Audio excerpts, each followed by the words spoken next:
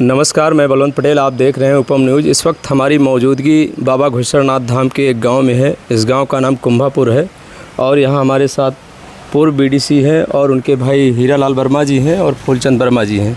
हम इनसे जानना चाहेंगे कि क्या है पूरा मामला। इनके पिताजी जो है किसी को बैनामा कर दिए हैं और वृद्धावस्था में चिड़चिड़ापन होने के कारण जो है ज़मीन बेच दिए हैं। उसी के लिए उनके जो परिवार के सदस्य हैं वो परेशान हैं। भैया जी, सबसे पहले आप अपना नाम और गांव बताइए। हमारा नाम फूलचंद वर्मा है, पूर्व बीडीसी भी हैं और हमारे पिताजी जी ने पांडे मेडिकल स्टोर वालों को। क्या नाम है पांडे मेडिकल स्टोर जी का? पांडे नाम है उनका। हम लोग को पता नहीं था।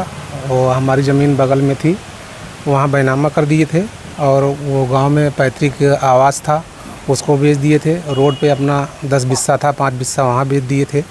हम लोग को बहुत परेशान किए हैं, प्रताड़ित कर रहे हैं। बार बार दरख्वास्त दे रहे हैं थाने में। पुलिस आती है, हम लोग को डांटती है, फटकारती है। यही सब प्रॉब्लम है। मतलब आप इसको छोड़ दीजिए, वो बना लें। वो बना लें। आपने उस पर स्टे भी लगाया होगा जब आप उनके 2 संतानें हैं, मान लो 2 भाई हो ना आप? हाँ, 2 भाई, 2 संतानें हैं, तो आपने स्टे ऑर्डर भी लाया होगा वहाँ से, कोर्ट से? हमारा स्टे भी है, दीवानी भी चल रही है और पैतृक संपत्ति है हमारी ये पुरानी।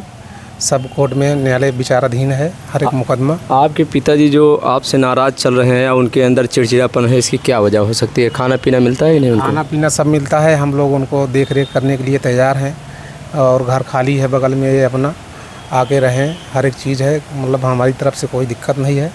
वो बिना मतलब परेशान कर रहे हैं हम लोग को। हमारी एक बहन यहाँ रहती है, वो वही बहला फुसला दिए है उसको, इसी कारण से जो है। तो अभी आप कहीं शिकायत किए हो अभी मौजूदा टाइम में? हम पोर्टल पे दरख्वास्त दिए हैं, जनसेवा सुनवाई पे, वहाँ दिए थे, उसके पहले भी दिए थे और न्यायालय में चल रहा है। तो जो आपने जन सुनवाई में या पोर्टल पर कहीं भी शिकायत की, उसके बाद पुलिस प्रशासन आया होगा, तो आपको क्या बोला? प्रशासन आया था और कुछ समझौता कराया था।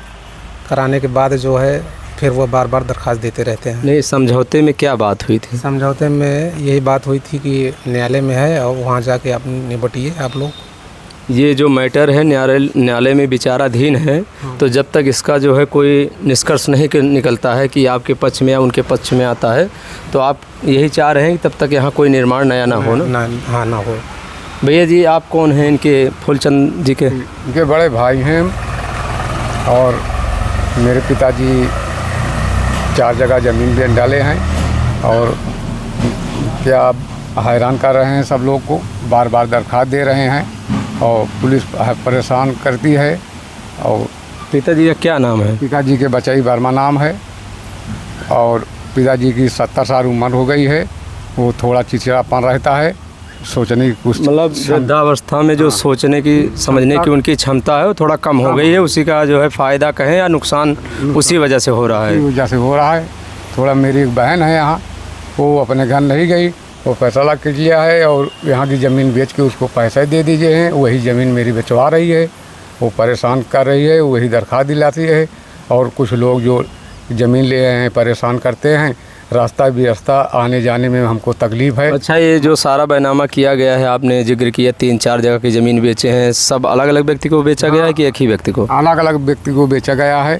और वहाँ का अवधेश चंद और अवधेश चंद, विमल चंद के नाम हुई है और वहाँ का अरविंद के नाम घर बिका हुआ है, जो मकान बना है। अभी जिस प्रकरण के लिए हम यहाँ आए हैं, आपने बुलाया है, वो कितने नंबर की ज़मीन है और किन किन ज़मीनों पर आपको आपत्ति है जिस पे आप स्टे ऑर्डर लाए हैं कोर्ट से? किन किन नंबरों पे? नंबर पता है? 253 ना, 253, 252, नहीं 202, 202। तीन नंबर पे आपको आपत्ति है जो बेची गई है? 3 नंबर पे है। वहाँ मकान का नंबर नहीं है, वो तो आवासीय मकान था।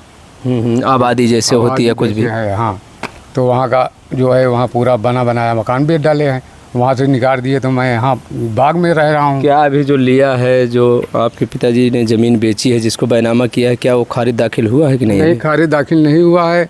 वो खारिज दाखिल का भी मुकदमा चल रहा है, पेशी पड़ती है और कोर्ट में दीवानी मुकदमा है और वहाँ भी तारीख है। अभी ये सब लोग वहाँ हाजिर नहीं हुए।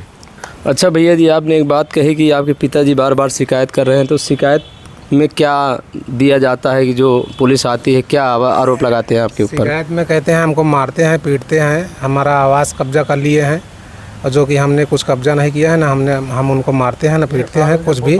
3 साल से वो लगभग गायब थे, 3 साल बाद आए हैं तो फिर पुनः दरखास्त देते हैं, फिर परेशान कर रहे हैं। मतलब झूठी कंप्लेन करके आप लोग को परेशान किया? हाँ, झूठी दरखास्त देकर परेशान करते हैं। तो आप लोग अपने पिताजी से क्या कहना चाहेंगे वीडियो के माध्यम से कि वो आएँ आपके यहाँ रहें, खाएं पिएं? वो आके हमारे यहाँ रहें, खाएं पिएं और हमको कोई दिक्कत नहीं है। हम दोनों भाई उनको खर्च वर्च सब चीज़ देंगे। आपके घर का और कौन सा सदस्य है? कौन? पत्नी भी है। और आपके जो ससुर ऐसा कर रहे हैं, क्या वजह हो सकती है? यही वजह है सर, जो है मेरी ननद जो है ना, वही सारा घर बिचवा के, ज़मीन बिचवा के अपना काम कर रही है। और उसकी एक लड़की है, वो भी नाटक करती है कि हमें मारते हैं पीटते हैं, झूठा इल्ज़ाम लगाती है और झूठा इल्ज़ाम लगा के जो है एम्बुलेंस बुलाती है, उस पर लद के जाती है, कहीं उतरती है कहीं जाती है। मतलब झूठा केस आप लोगों के विरुद्ध जो है बनाया जा रहा है आपके ससुर द्वारा? हमारे ससुर जो ये पैतृक संपत्ति है, इसमें मेरा भी हक है, मेरा भी अधिकार है। अगर इसको बेच देंगे तो हमारे बच्चे कहाँ जाएंगे, कहाँ रहेंगे, हम लोग कहाँ रहेंगे? अच्छा भैया जी, अभी तक जितनी प्रॉपर्टी है जो यहाँ आप दोनों भाई घर बनाए हो, खेत होगा, जो घर की ज़मीन है, सारा आपके पिताजी के ही नाम है? हाँ, सारा पिताजी के नाम है, पैतृक संपत्ति है, उन्हीं के नाम है। तो जो आप अपनी सिस्टर के बारे में बता रहे हैं, आरोप लगा रहे हैं, क्या उनके नाम आपके पिताजी ने कुछ ज़मीन की है कि मतलब सिर्फ बेच के ही पैसा दे रहे हैं? नहीं, वो बेच के पैसा दे रहे हैं। पहले वहाँ गए थे बैनामा करने के लिए, वहाँ हम दोनों भाई पकड़ के लेके ज़बरदस्ती आए थे।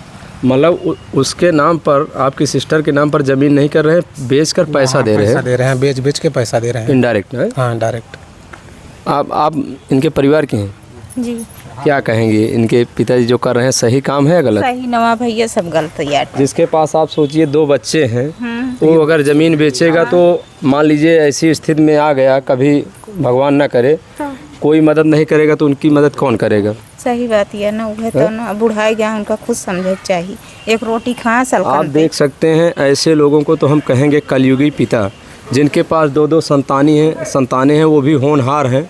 आप देख सकते हैं इनके पास शटरिंग का सामान है, वैसे भी पूर्व बीडीसी रह चुके हैं। इसका मतलब जाहिर सी बात है जनता में इनका सम्मान है दोनों भाइयों का, जहाँ तक हम जानते हैं।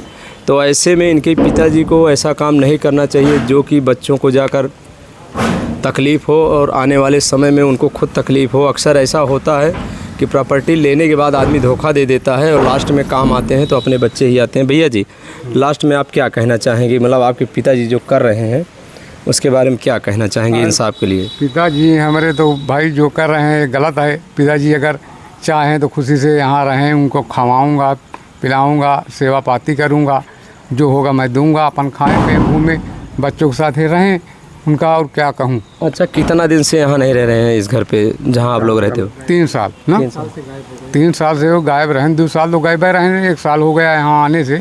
फिर मतलब 2 साल उनका पता ही नहीं था कहाँ गए? नहीं रहे, 2 साल पता ही नहीं लगा। ये ज़मीन कब लिखे बैनामा किया गया? 3 साल पहले की वो ज़मीन लिखी हुई है। इसका मतलब जो बैनामा 2-3 साल पहले किया गया था उसी समय आपने स्टे लगा दिया? उसी समय मैं स्टे लगा दिया हूँ। उसको दीवानी में है और यहाँ लालगंज जहाँ खारिज दाखिल नहीं हुई उसको है। तो अभी भैया जी आप लोग इस बात से घबरा रहे हो जो बार बार कंप्लेन की जाती है, पुलिस आती है, परेशान करती है, बाकी तो जो आपकी पैतृक संपत्ति है उस पर आप स्टे ले लिए हो, वो कोर्ट में है, उस पर तो आपको कोई अभी दिक्कत नहीं है, क्योंकि जब तक कोर्ट का डिसीजन नहीं आएगा तब तक कोई निर्माण कर नहीं सकते हो। कर सकते हैं ना आप कर सकते हो ना अगला पार्टी।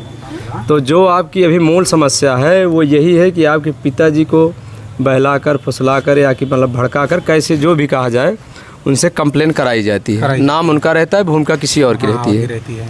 और उसके बाद आपको पुलिस आती है तो जो भी कहती होगी, डांटती फटकारती होगी, तो उससे आप आहत होते हैं डेली। आहत होते हैं। तो क्या चाहते हैं सांगीपुर प्रशासन से, पुलिस प्रशासन से? चाहते हैं कि हमारी मदद की जाए, हमारी सुनवाई की जाए, जो सही जांच हो उसी को करें, यही चाहते हैं हम।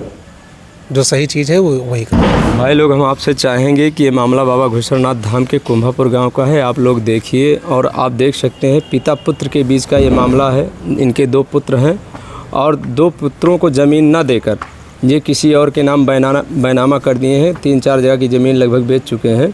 उसी संबंध में आज हम यहाँ आए हुए हैं और हम आपको बताने का प्रयास करेंगे। आप लोग इस वीडियो को ज़्यादा से ज़्यादा शेयर करिए ताकि ये जो पिता पुत्र का मैटर है वो किसी सही निष्कर्ष पर जा पहुँचे, इनके साथ हुआ कर रहें और जो इनका हक अधिकार है इनको मिले। धन्यवाद।